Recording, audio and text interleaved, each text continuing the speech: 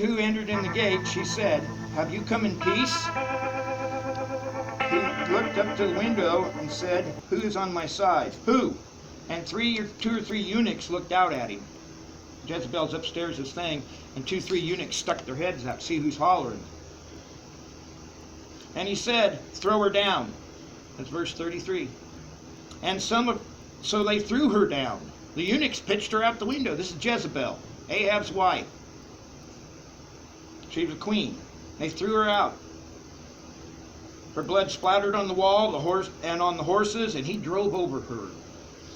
When he came in, he ate and drank and said, "See now to this cursed woman and bury her, for she is a king's daughter." They went to bury her, but they found nothing left of her except the skull, feet, and palms of her hands.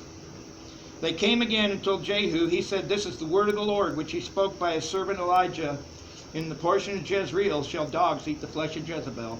And there's her demise. Now we jump to verse 10. Ahab had 70 grandsons in Samaria. Grandsons.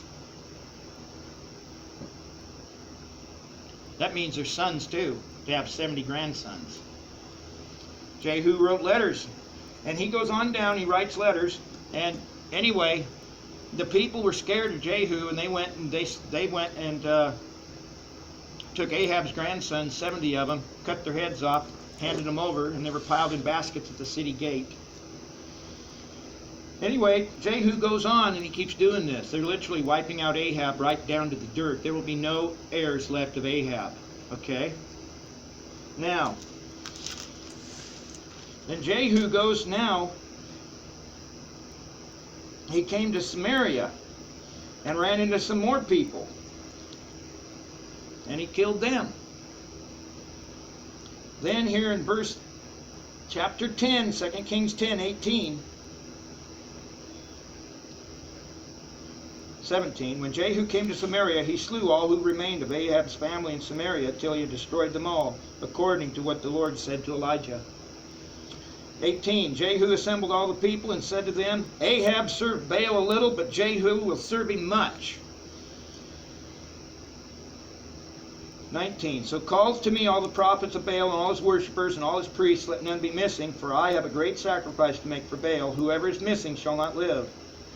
But Jehu did it with trickery, intending to destroy the Baal worshippers. Jehu said to the guys, his own soldiers, he said, "Make sure nobody gets out, because if they do, it's your life for theirs." Anyway, they went in there. It was like, once again, I think it was like 400 men, I think. I can't, I'm trying to, somehow, maybe not. And they did it, they did them. And Jehu rooted Baal out of Israel. Ahab was history. Poof, gone. Now, that's what Jehu did. Now, remember Hazael. Elijah runs into Hazael. Elisha, later on, runs into Hazael. And 2 Kings 8, you got Hazael.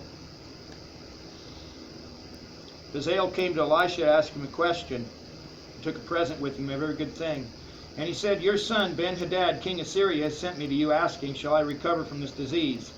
And Elisha said, verse 10, 8:10, "No." He said, "Go and say to him, you shall certainly recover, but the Lord has shown me he shall certainly die." Elisha stared at him steadily until Hazael was embarrassed, and the man of God wept. And Hazael said, "Why do you weep, my Lord?" Elisha answered, "Because I know the evil that you will do to the Israelites.